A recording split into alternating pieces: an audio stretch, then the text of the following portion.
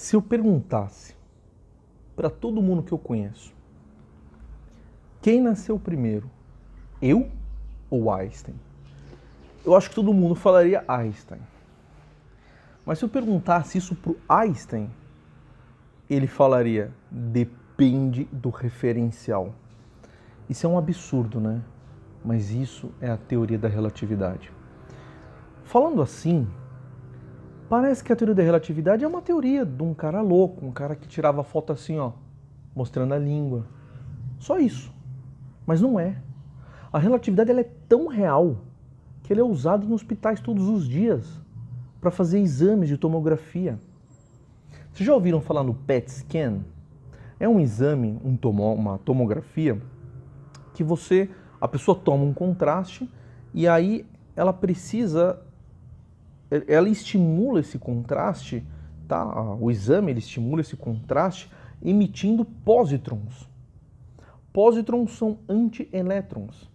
Antielétrons são coisas que só existem por causa da relatividade. Paul Dirac, um físico dos anos 30, ele precisava conciliar a mecânica quântica com a relatividade. E, fazendo isso, ele descobriu que existiam antipartículas. Existia um elétron com carga positiva, era igualzinho um elétron, porque tinha carga positiva. Pode ser pensado como um elétron que está andando para trás no tempo, mas eu não vou falar disso agora, tá? Então a relatividade ela não é só uma ideia louca. Quando o Einstein respondesse que talvez eu tivesse nascido antes dele, ou talvez o Einstein até respondesse, o Luiz coexiste com o Einstein, ele responderia isso também. Ele poderia responder isso. Porque eu sei que ele pensava assim. Ele escreve isso nos diários dele, nas cartas que ele enviou para muitas pessoas. Tá? Então, a relatividade, ela não é uma ideia. Ela é real. A gente pega ela. Se a relatividade não tivesse certa, os GPS não funcionariam. Ao longo de um dia, ao longo de 24 horas, o erro acumulado no tempo da diferença de tempo entre o seu celular e um relógio que está no satélite, daria um erro acumulado de 10 km no seu GPS. E só não dá porque isso é corrigido com a relatividade. Então a relatividade é uma coisa real. Ela faz parte do nosso dia a dia. E nos próximos dias nós vamos ouvir muito sobre uma das consequências da relatividade, que é a fórmula E igual a mc ao quadrado. Veja, nós não vamos ouvir falar da fórmula, mas da consequência. Essa fórmula, ela é o chão firme para se analisar a física nuclear. Ela é o primeiro ponto, ela é onde a gente consegue segurar e ter certeza para a gente conseguir fazer as nossas análises na física nuclear. Ela é muito importante. E qualquer um que tente mostrar para você de onde vem essa fórmula, qualquer um que fizer um cálculo que não seja de mais e menos, tá? Desconfie. Talvez essa pessoa não tenha entendido o que é essa fórmula. Talvez ela está repetindo um procedimento didático. Tá? Veja, E igual a mc ao quadrado, ele sai de uma experiência de pensamento, de um artigo de 2 páginas, escrito em 1907. Está nesse texto aqui, ó. Princípio da relatividade. Isso aqui está no meu site, download gratuito. Tá? É da Fundação Gulbenkian, eu não sei como é que pronuncia, do pessoal lá de Portugal. Está lá no econofísico.com.br, pode fazer o download. Você tem os artigos da relatividade, os de Lorentz. E esse artigo, o Einstein, ele não precisa fazer conta. Tá? Ele usa a imaginação, ele faz um experimento mental. Tá? Ele analisa como seria um pulso de luz emitido de 2 referenciais diferentes. Como se comportaria? E ele chega na conclusão que a energia transporta inércia. Isso é uma coisa impressionante. Tá? A energia tem massa. Tá? E isso é extremamente importante para a gente conseguir analisar a física atômica. É o nosso ponto de partida. Tá? E por que é importante analisar a física atômica, a física nuclear? Porque isso é o que está por trás dos explosivos nucleares. Que belezinha, né? As energias envolvidas nos explosivos nucleares são as energias do núcleo atômico, tá? Só para você entender, a nossa vida, o nosso dia a dia, as plantas aqui, o passarinho que está cantando, todas as energias que estão envolvidas no nosso dia a dia, as energias de empurrões, tá? São joules. As energias de brilho, as energias de textura, elas são todas na escala de eletronvolts, que são as energias da química, tá? Quem estudou física moderna deve ter resolvido o problema do átomo de hidrogênio com a equação do... Nem a equação de Schrödinger utilizou o princípio de Niels-Bohr, tá? Aquelas coordenadas generalizadas quantizadas. Você chegou que a energia do estado fundamental do átomo de hidrogênio é em torno de, em módulo, 13,6 eletronvolts. Tá? Um eletronvolt é uma energia bem pequenininha. Tá? Se eu jogasse alguma coisa no seu olho a 1 eletronvolt, você nem sentiria. Um eletronvolt é você pegar uma distância de 1 metro, vamos supor que isso aqui seja 1 metro, coloca 1 volt de diferença de potencial, empurra um elétron. A energia que você precisa para empurrar esse elétron é 1 eletronvolt. Essa energia eletronvolt, então, ela e os múltiplos dela, tá? Centenas de eletronvolts, por exemplo, são as energias que estão na química, na camada externa dos elétrons. Tá? Os elétrons têm essa energia. Agora, quando você pula dos elétrons para o núcleo atômico, essa energia ela é multiplicada por 1 milhão. Tá? Você precisa de mais. As ordens são de milhões de eletronvolts para você manter o núcleo atômico. Então veja só, para você manter o elétron num átomo, você precisa de eletronvolts. Tá? Para você manter os prótons juntos, são milhões de eletronvolts juntos. Tem muita energia envolvida. E essa energia tem uma relação com a massa. Tá? E vice-versa. Tá? A massa também tem uma relação com a energia. Para a gente ter uma noção dessa energia, suponha, por exemplo, o átomo de hélio. Você tem 2 prótons, tá? São cargas opostas. Eles estão colocados bem pertinhos. Tem uma força de repulsão enorme. Então, você tem que ter uma energia bem alta para você manter eles dois juntos no núcleo atômico. Tá? Eu fiz as contas aqui, ó. Qual seria essa energia? Então, energia é a integral da força no deslocamento. Então, eu assumo que no infinito esses dois prótons têm energia zero e a hora que eu vou aproximando, eu vou sentindo qual a energia que eu preciso ter para manter esses 2 caras juntos. Use o raio do átomo de hélio. Eu coloquei que a distância deles aqui, ó, tá de mais ou menos o raio do átomo de hélio, que é 1,678 vezes 10 a menos 15 metros. Faz essas contas com a carga do próton, tá? E com a distância e com o raio do hélio. Você vai chegar que a energia necessária para manter esses caras tem que ser em torno de 1 milhão de eletronvolts. Tá? Então isso já nos dá uma pista enorme. Eu não sei como esses caras estão presos no núcleo atômico, mas seja lá como eles estejam presos, as energias são muito altas. Tá?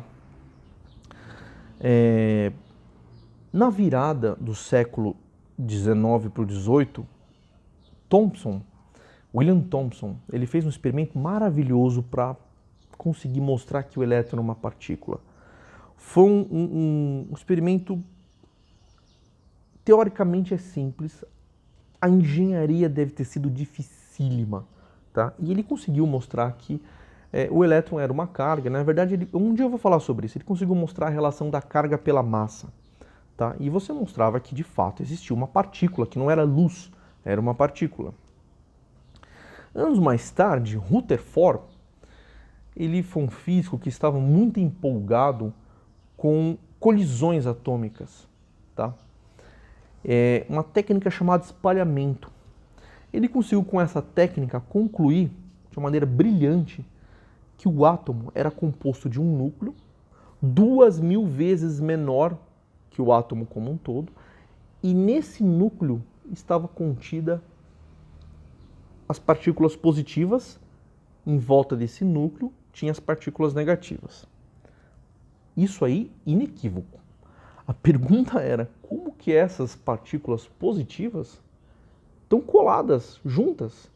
Como é que consegue 1 milhão de eletronvolts para conectar essas partículas? Ele propôs que existia uma outra partícula neutra, tá? Chamou-se de nêutron. E os próximos 20 anos, isso foi mais ou menos em 1911, acho, que o Rutherford fez o trabalho dele, os próximos 20, 25 anos, acho que até um pouquinho mais, eles ficaram procurando esse tal desse nêutron. E encontraram. Tá? Então, eles entenderam que existia uma outra partícula, um nêutron, tá? Que evitava que esses prótons ficassem colados um com o outro, porque daí a energia ia para o infinito. Tá? E de alguma forma existia algum arranjo energético, uma força de pouquíssimo alcance espacial, bem localizada, que ela mantinha esses núcleos estáveis. Tá? E aí é o seguinte, era fácil medir a massa do elétron. Tá? O Thomson descobriu a carga sobre a massa. Millikan, quase uns 15 anos depois, conseguiu isolar a carga do elétron. E aí descobriu-se a massa. Nos prótons, os experimentos, os próprios experimentos do Rutherford, eu acho que já chegaram na conclusão da massa do próton. E a massa do nêutron também foi tranquila, tá? Eles conseguiam saber. Então, os constituintes atômicos já se sabiam as massas, tá? Já se sabia que você precisava de componentes como próton, como nêutron, como era o arranjo, mais ou menos como era esse arranjo para um átomo existir. Um átomo é uma coisa neutra, né? Ele não tem carga, né? Então tem que ter um número igual de prótons e nêutrons, tá? Os átomos que eu digo aqui, não os ionizados. Mas aí vem as surpresas, tá? Por exemplo, quando você pega um núcleo de urânio 235, viram que alguns núcleos, alguns átomos eram instáveis, tá? Eles decaíam num processo chamado fissão. Então, por exemplo, o urânio 235, ele decai e ele vira um criptônio e um bário e emite aqui no meio alguns prótons e algumas outras coisas, tá? Quando você fazia uma conta do balanço energético dos componentes, tá? Então você pega, aqui você tem o urânio 235, ele tem uma massa. Você pega as componentes que compõem o urânio 235, soma a massa delas, é menor.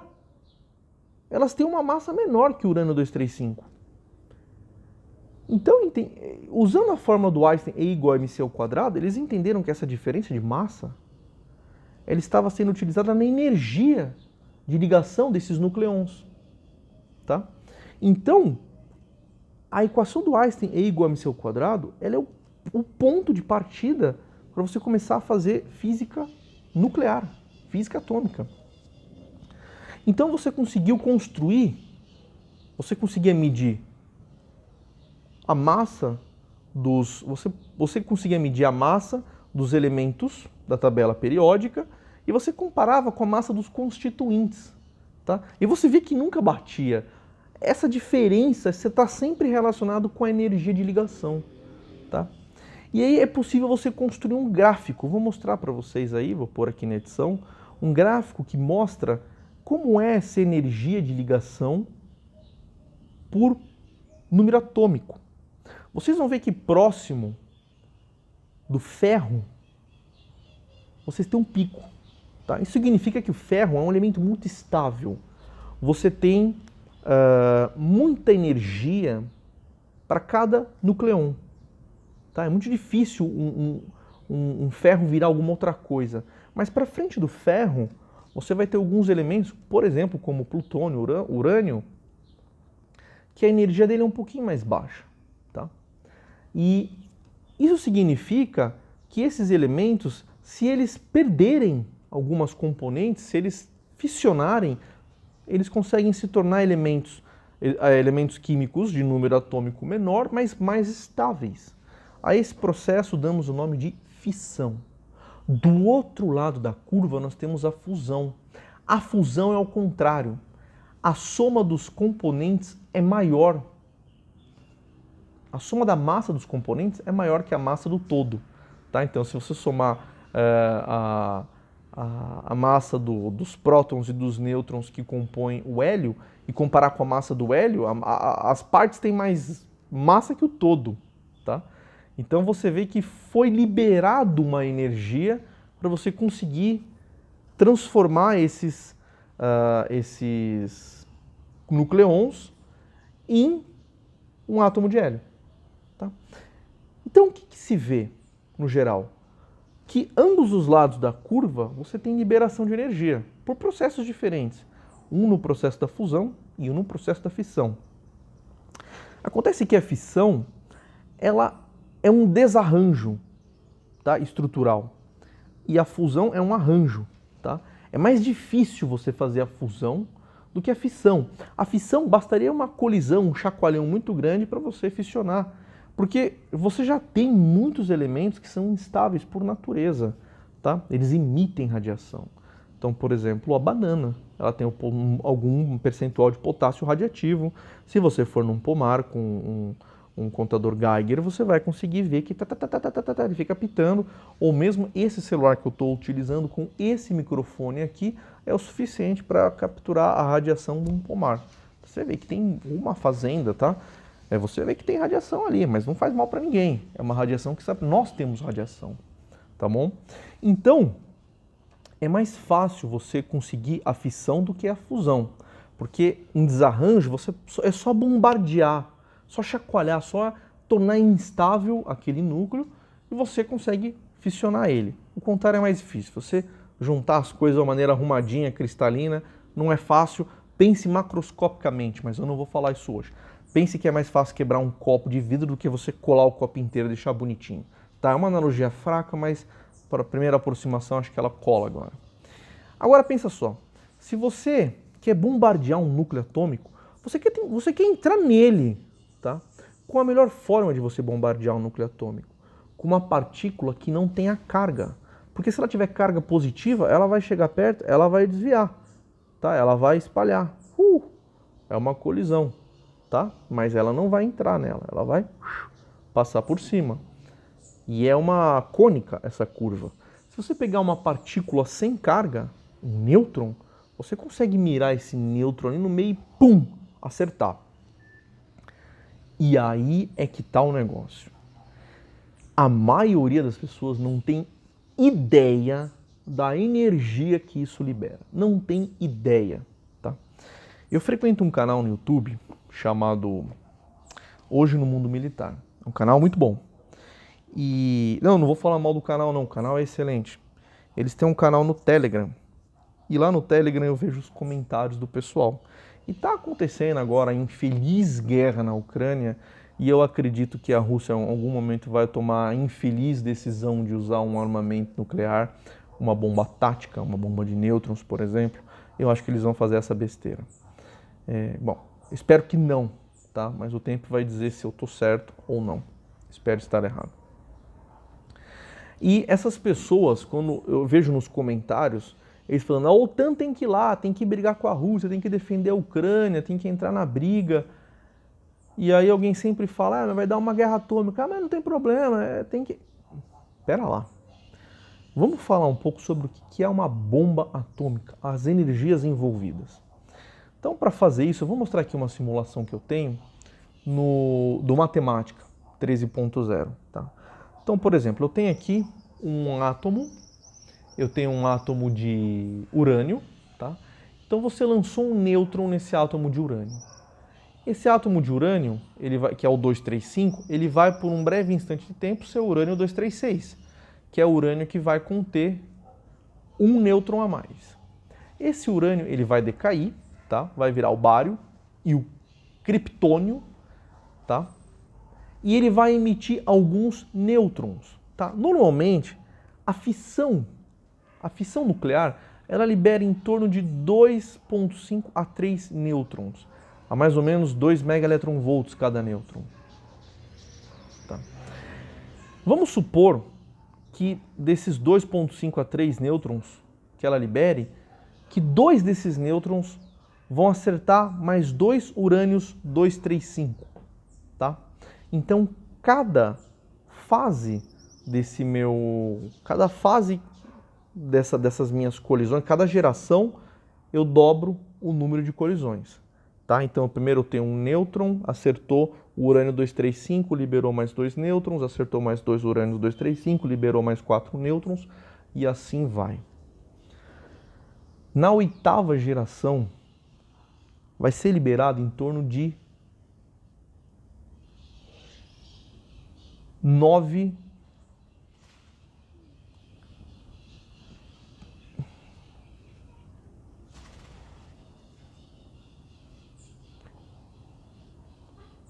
Na oitava geração, vão ser liberados mais ou menos em torno de 9 quilotons. Se você não sabe o que são 9 quilotons, saiba que é quase uma bomba atômica de Nagasaki. Só a oitava geração vai liberar 9 quilotons, sem contar as anteriores. Agora, sabe qual é o tempo para acontecer entre a primeira colisão e a oitava? 10 a menos 7 segundos. Se você não sabe quanto que é 10 a menos 7 segundos, entenda que este tempo entre a primeira colisão, entre a primeira fase e a oitava fase, né, a oitava geração de colisões, esse processo todo poderia acontecer 10 milhões de vezes em um segundo. Olha a velocidade desse processo. Como é que você faz essa conta? Cada colisão dessa libera em média, tá? Cada fissão libera em média 200 megaelectronvolts. Isso é engenharia nuclear, tá? Aliás, recomendo esse livro aqui, ó. Eu não sabia no buraco que eu estava me metendo aqui. Enfim, estou estudando. Esses 200 megaelectronvolts por colisão, multiplica por colisões, vocês vão chegar nos seus 9 quilotons de energia. Tá? Como eu disse, né, o quiloton ele é uma unidade de energia relacionada a toneladas de TNT. Tá? Então, não sei se eu falei aqui já, mas você queima mais ou menos ali 1 grama de TNT no seu calorímetro, mede que ele tem mais ou menos 100 calorias. 100 calorias, uma caloria é 4,18 joules mais ou menos, e aí então 1 grama de TNT tem 4.000 joules, arredondando. Então é joule pra caramba. Tá? Um joule é um empurrão. Tá? Então 1 grama de TNT tem 4.000 empurrões. É bastante coisa, cara. Então, essas são as energias. Tá? Esse processo é muito rápido. De uma colisão para outra, elas acontecem num tempo de 10 a menos 9 segundos. Se você não consegue entender o que é isso, imagina que entre uma colisão e outra poderiam acontecer 1 bilhão de colisões. É tudo muito rápido. A velocidade do nêutron é de quilômetros por segundo, 10 a menos 9 centímetros por segundo.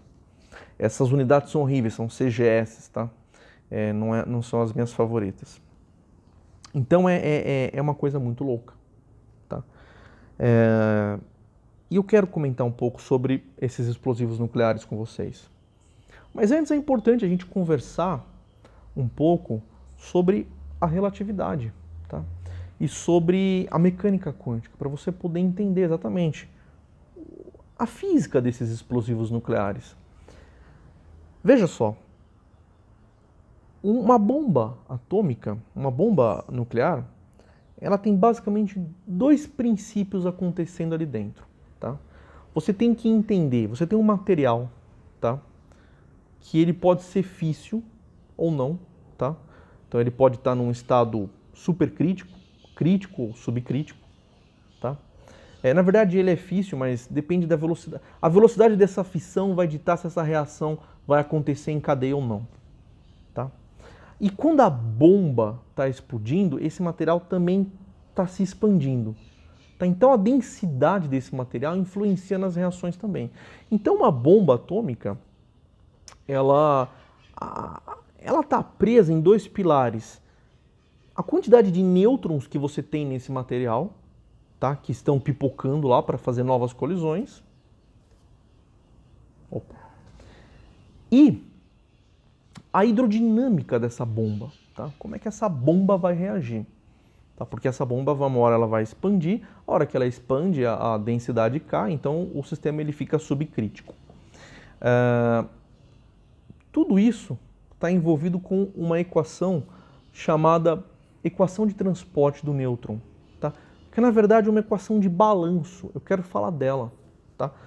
Que é uma equação de balanço? Você tem uma região do espaço. Cara, é a equação de um caixa num banco, numa tesouraria, numa empresa, exatamente, é o que entra menos o que sai. Só. Isso é a equação da bomba atômica, o que entra menos o que sai. Acontece, tá, que você tem alguns detalhes a mais, tá? Você tem uma região, um volume, que você tem nêutrons ali, então você tem nêutrons que entram lá dentro a uma determinada direção, com uma determinada energia, tá? Você tem nêutrons que são criados lá por processo de fissão, você tem nêutrons que saem de lá por processo de espalhamento e nêutrons que deixam a superfície pela própria fissão, a fuga do nêutron. Então você tem que fazer uma equação que dê conta de você contar a quantidade de nêutrons que tem nessa massa, mas levando em consideração que é importante a energia desse nêutron e também é importante a direção que está esse nêutron, tá? A energia do nêutron está relacionada com a velocidade dele, ou vice-versa, tá? E a velocidade do nêutron, ela vai se relacionar com a facilidade que ele tem em colidir com uma partícula ou não. Tá? Isso está relacionado com uma questão chamada seção de choque. Tá? Nós vamos falar sobre isso. Nêutrons muito rápidos, eles têm uma certa dificuldade em fazer reações nucleares. Bom, isso foi só uma introdução. Tá? O vídeo está grande, está com 27 minutos. Eu vou dar um pause aqui e a gente comenta, tá, numa outra oportunidade sobre a relatividade. Tá? Falando sobre um pouco o que está por trás disso, porque a gente tem que chegar nesse mc ao quadrado para a gente começar a andar, tá, nesse assunto. Esse é um assunto muito rico, tá? E eu espero que eu consiga trazer para vocês com palavras simples, em algum momento alguma conta, tá? Explicar um pouco para vocês dessa engenharia nuclear que em algumas questões também é novidade para mim. Pessoal, um grande abraço, tem um grupo no Telegram, se inscrevam lá, Econofísico, lá dentro tem um grupo de comentários, entra lá, tá? Que vocês vão interagir comigo, com os outros caras, tem uns 40 caras lá, gente brilhante, e eu vou falar bastante sobre eles, tem a monografia do Bruno, que eu vou comentar depois, num próximo vídeo. Então, eu espero que vocês curtam e compartilhem esse vídeo. Se você curtisse, aliás, você só está recebendo esse vídeo porque alguém curtiu. Tá? O YouTube só manda esse vídeo quando as pessoas curtem. Então, se você curtir esse vídeo, algum interessado, tá, vai receber esse vídeo. Tá bom?